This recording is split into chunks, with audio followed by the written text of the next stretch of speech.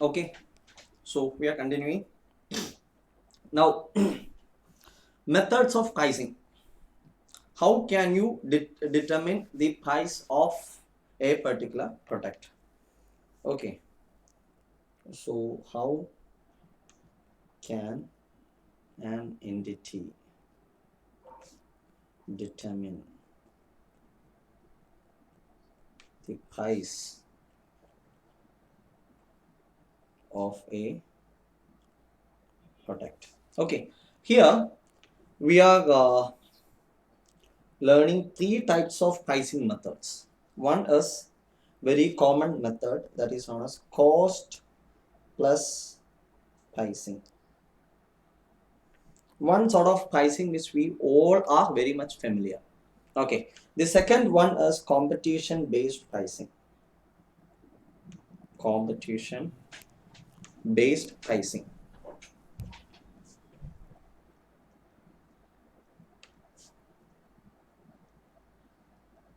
Okay, the third one is value based pricing.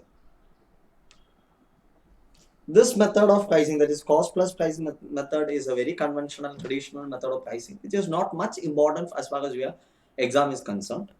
But competition based pricing and especially value based pricing, these are very novel or new modern concepts which may be very much used in the current method also. So these are very much important for your exam perspective also. Okay, now in cost plus method, I don't have to explain too much on this.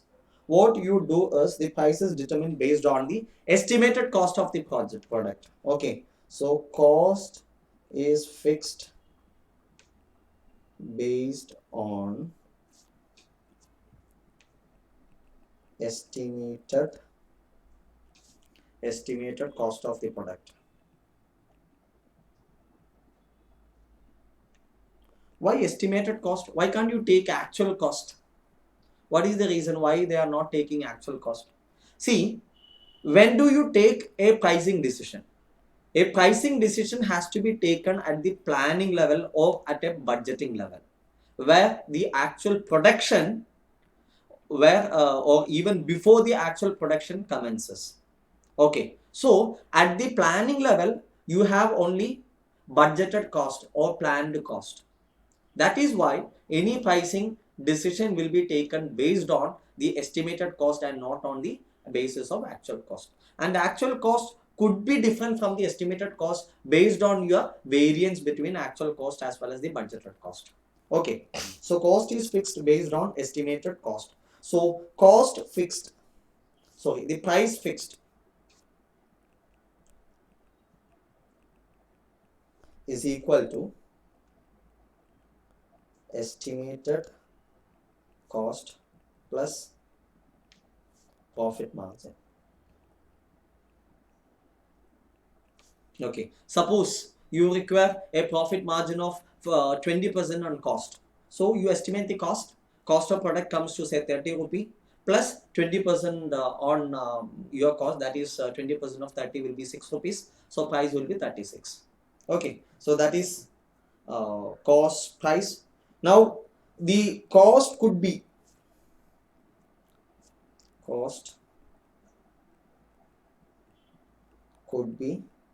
either total cost, okay, or variable cost, or it could be standard cost,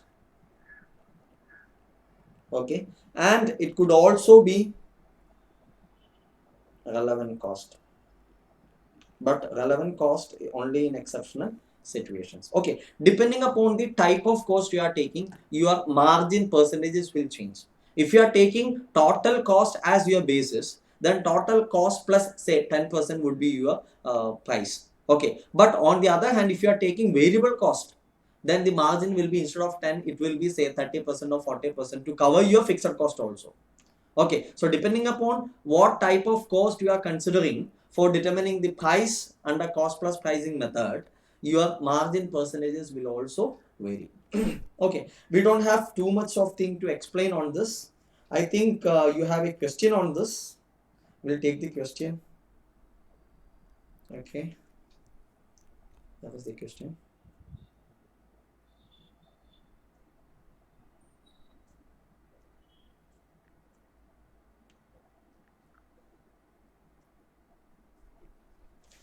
Did we reach here?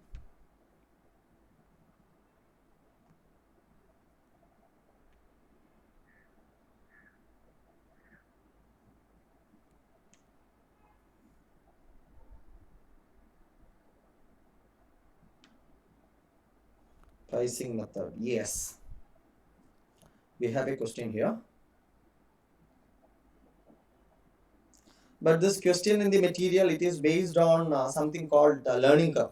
Okay, so I need to teach learning curve for this, which I will take in a different session. Okay, so for the time being, I am keeping this question, that is question in 7.12 pending. And I have kept one more question in the previous day, where the concept of learning curve has to be applied. Okay, learning curve, it is a totally different topic, so I need to explain the basics first. The concept of learning curve, how you are applying the formulas and all. At that time, we will do these problems. Okay, so I'm moving to the topic itself.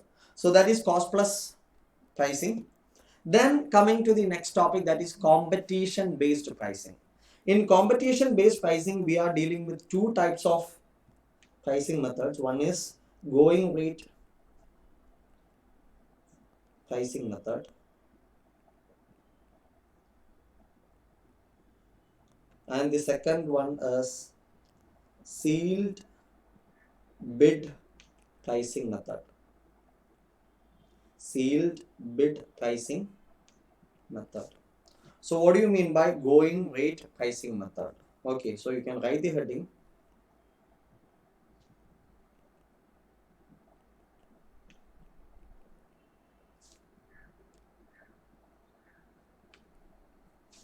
Going rate pricing method. Okay, now going rate pricing method comes under which category? It comes under the competition based pricing. A competition based pricing means the pricing strategy is based on the expected price the competitors are likely to charge.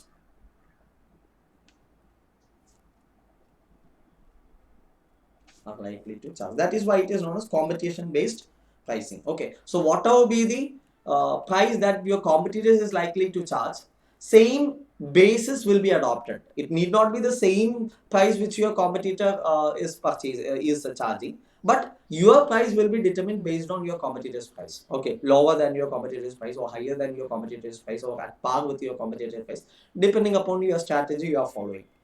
Okay, so going rate pricing means the price to be charged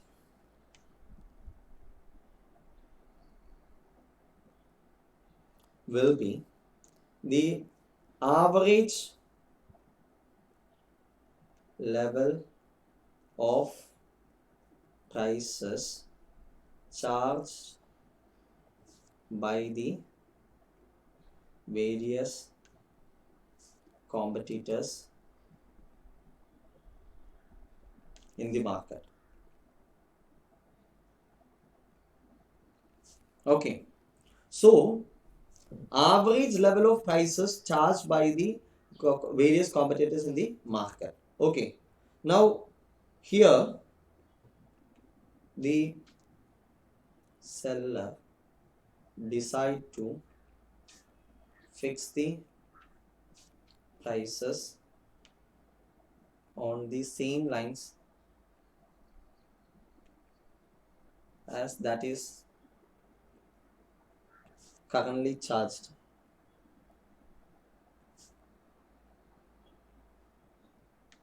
in the market. Okay, in the market, we have already seen this going rate pricing method. Okay, I discussed in the last session itself.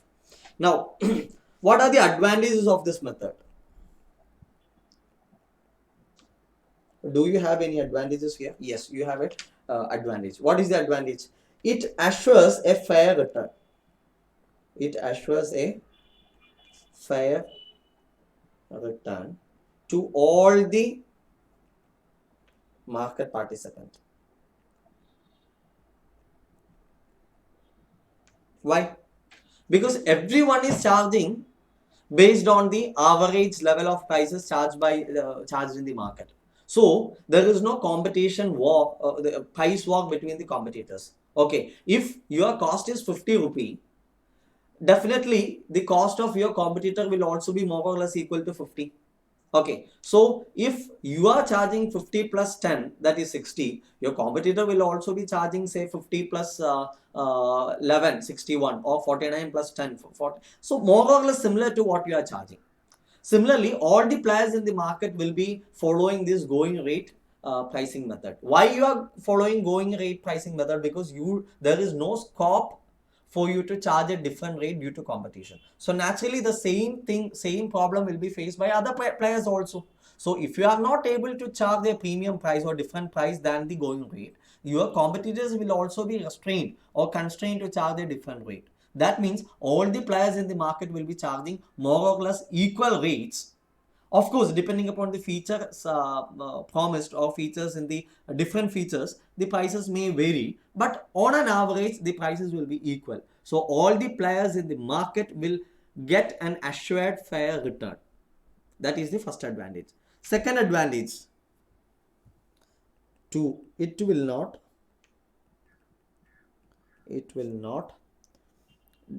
not cause any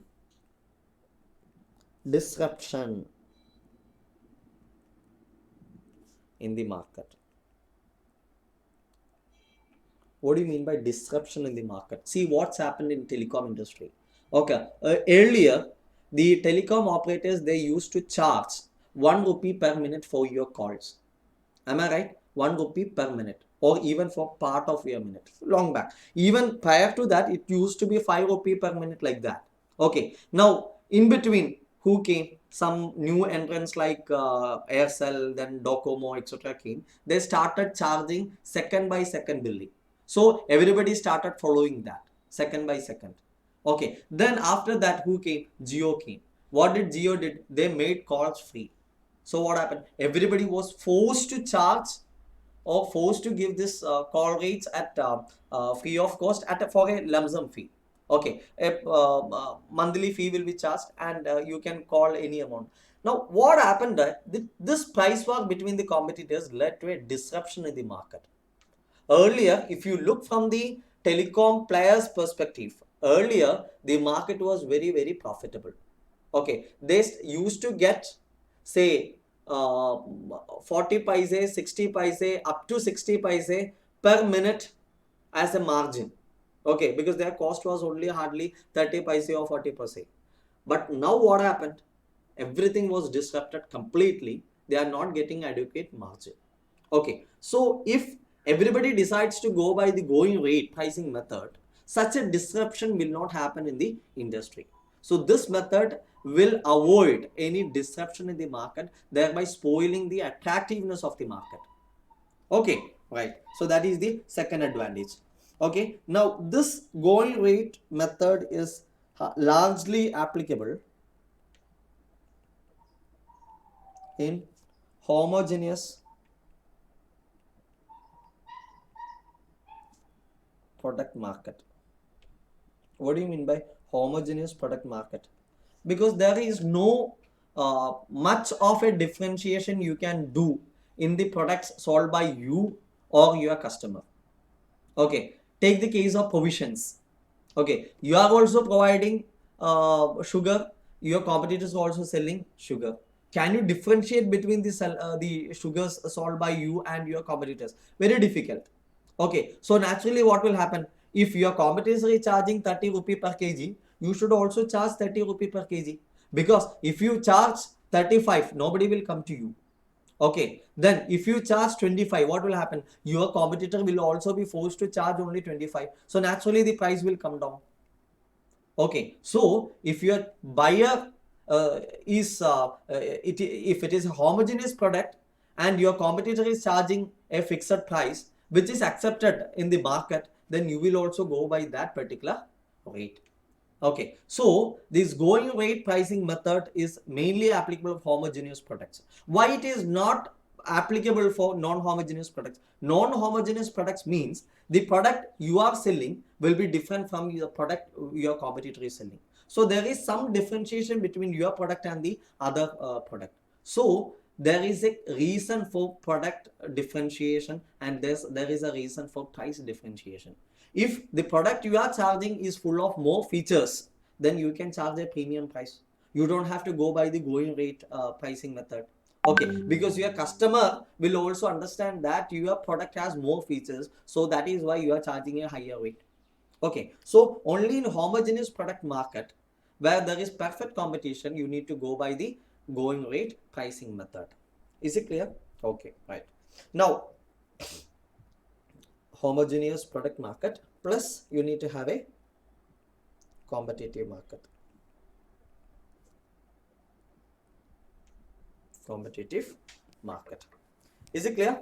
Okay. Now, who will fix the price in a going rate pricing method? Who will fix the price? The price will be fixed by the market forces. Price will be fixed by market forces. How market forces will determine the prices? Based on the demand and supply. Okay, naturally depending upon the demand and supply, the prices will be determined by the market forces. What is this market forces? Market forces refers to the collective group of sellers, buyers and other market participants. Okay, you want a particular product, you are going to the market. Okay, the availability of the item is very short. Then what will happen? Its current rate is, let us say, 30 rupee per kg, but you badly need the good and the availability or supply is limited, so you may say, okay, give me at 35 rupee. Okay, so you are ready to pay 35 because supply is short. Naturally, the next customer who comes, he will be ready to pay 35, so the prices will go up. Is it clear?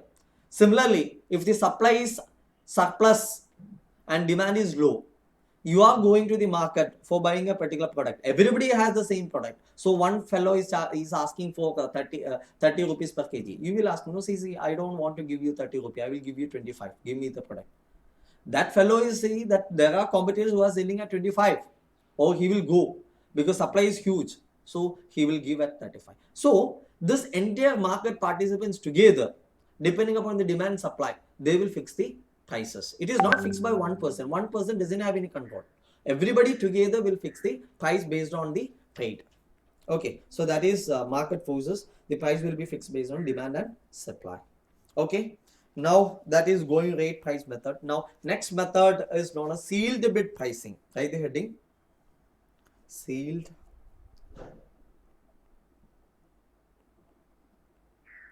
bid pricing. What do you mean by this? This is applicable when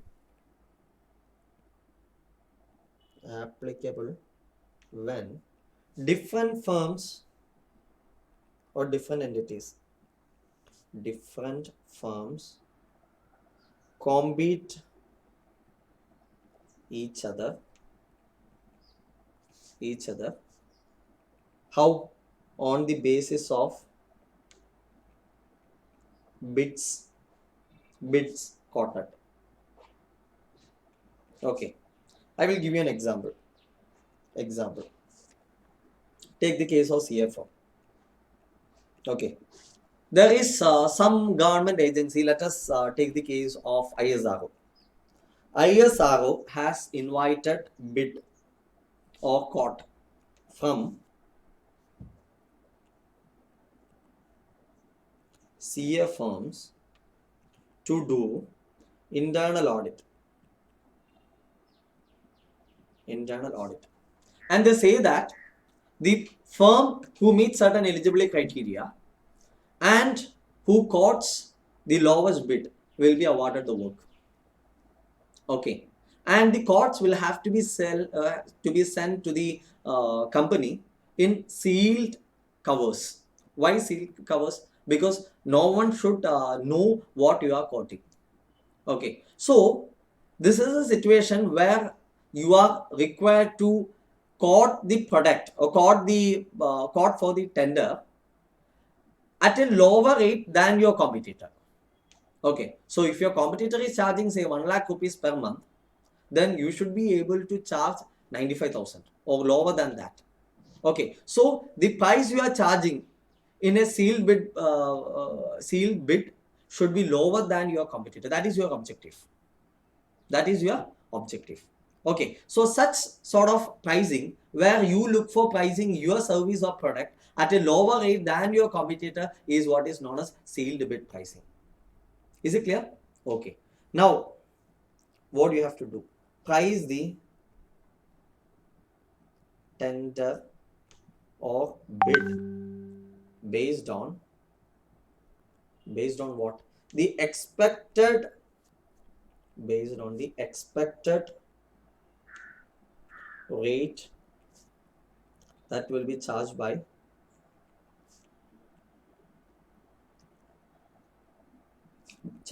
the competitor. Okay, you do a market study and you understand who all are eligible to participate in matching the particular bid. Okay, there are 5 firms, CA firms, who are eligible to participate in the bid, and you understand that all the 5 CA firms will participate in the tender. So you do a market study, you try to estimate what would be the expected rate that will be quoted by the other 4 CA firms. You got a rate which may be true or wrong, correct or wrong, but you got certain idea and you try to fix your quote lower than that particular rate. Okay, so based on the expected rate that will be charged by the competitors. Okay, now this need not be purely based on the cost and demand of the work. Okay, it may also be based on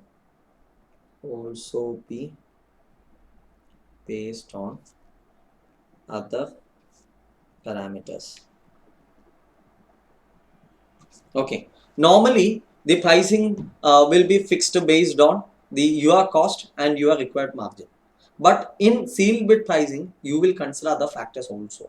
Like if you get one particular bid, then it will be a long term association, so even if the rates are little less, you get an entry into the entity. So there are a lot of other factors which will force you to put the price in a sealed bid bidding, which is different from your cost. Now certain times you may charge an even premium rate than your normal works. Okay, normally you are charging for an internal audit say 50,000 only, but here since it is ISRO, you want to charge 1 lakh rupees. It is possible, so you are charging a higher rate. So the sealed bid pricing may not have may not be purely based on the cost and demand. There could be some other considerations also. That is the point. Is it clear? So that is sealed bid pricing. Now these areas the institute may ask you in the case study only. You can't expect any individual questions from these areas because it's all purely theory based, but they may give a case study, and in that case study they may ask you to suggest some methods of pricing for a situation like this, or a going rate pricing methods like that. Okay, now moving to the next topic, you can write the heading. I will start with that topic and we will break for lunch after that. The heading is value based pricing.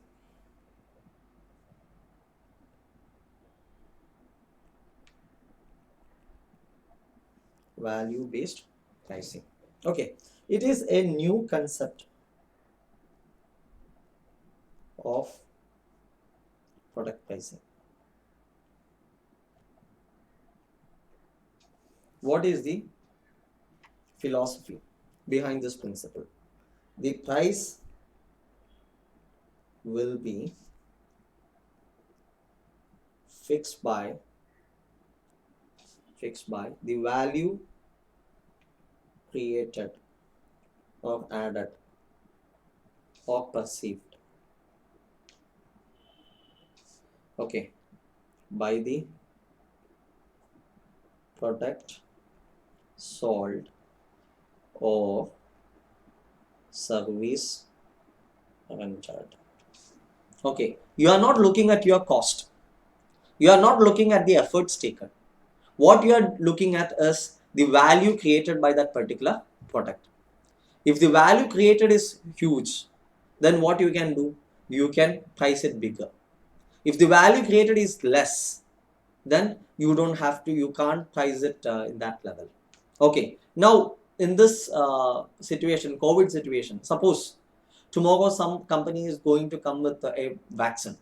Okay, now as far as the vaccine is concerned, right now the value is too big. So naturally what will happen? They will try to price it at a premium rate, not based on the cost, because the value given by that particular product right now is huge. Now suppose maybe the same medicine will continue maybe after 1 year also, but after 1 year, even though COVID may be there as a rare case, or here and there it may be like a normal other influences of flus, but the value offered by that particular product or particular medicine will be much less as it will add right now.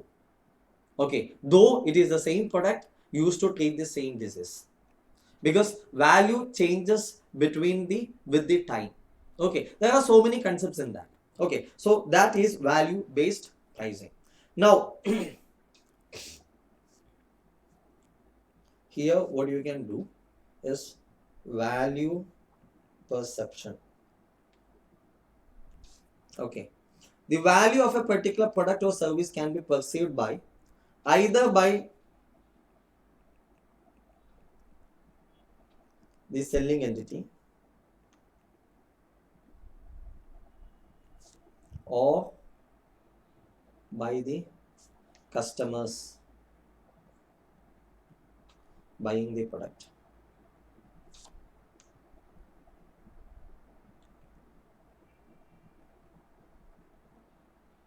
Okay, if I am selling the product, I may say that okay, this is the value my product is giving to you.